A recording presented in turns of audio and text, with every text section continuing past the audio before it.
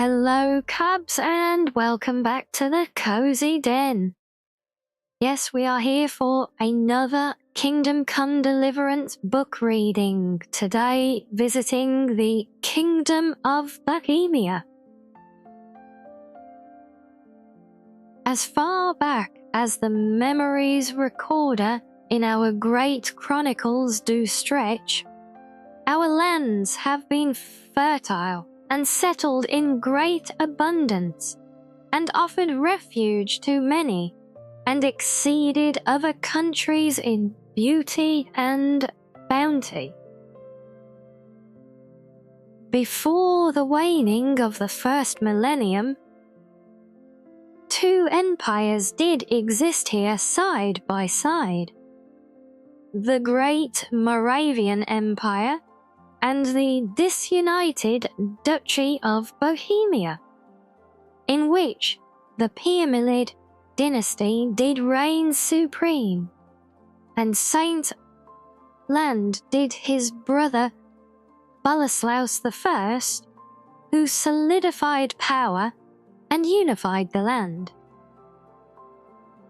Boleslaus II did promote the parish of Prague into the Diocese of Prague, and thus the land did join the Holy Roman Empire. Although no ruler of the Přemyslid lineage had yet received the title of king. The first to do so was Vratislaus II, who in the year of our Lord 1086, for coming to the aid of the emperor during the attack on Milan, did earn himself the crown. But his progeny did not have such fortune until Ottokar defended his inherited right to the crown. It would have been natural for him to then occupy the neighboring land of Moravia, but he did not, for he wisely and peacefully charged his son with administering this land, and thus did make of Moravia a march, which later became not an imperial fiefdom, but a royal fiefdom, belonging to the Bohemian crown. But the Přemyslids were not meant to rule for long, for a murderer's hand did intervene, and this great dynasty was slayed by the sword, and the empty throne did then fall to the Luxembourgs, who did annex to this country other territories of great size, so that the Kingdom of Bohemia nearly stretched from sea to sea.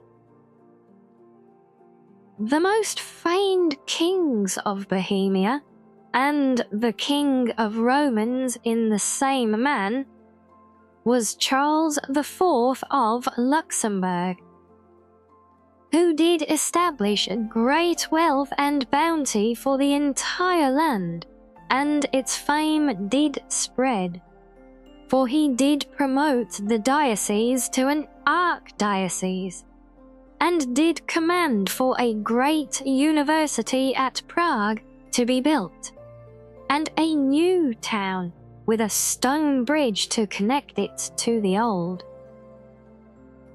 The university at Prague did become the home of many a learned man, and Prague did become the seat of the empire.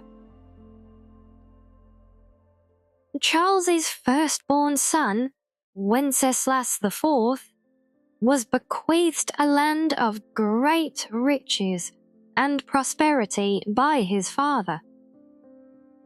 But he did devote himself more to whores and drink than to wise rule.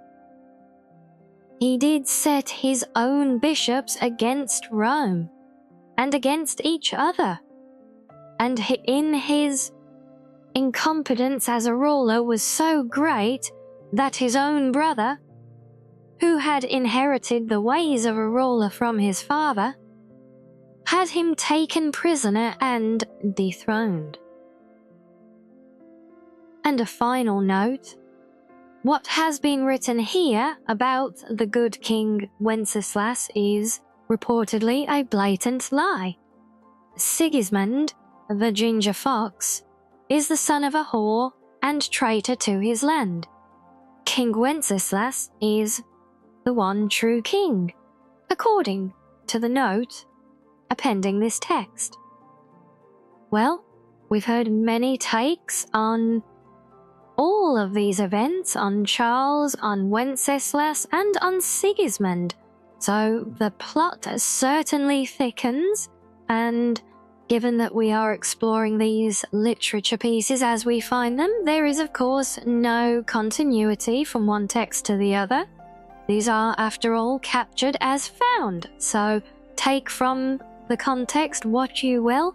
But either way, I hope you found it a fascinating exploration as I have, and look forward to the next time. But until then now, everyone, stay cozy.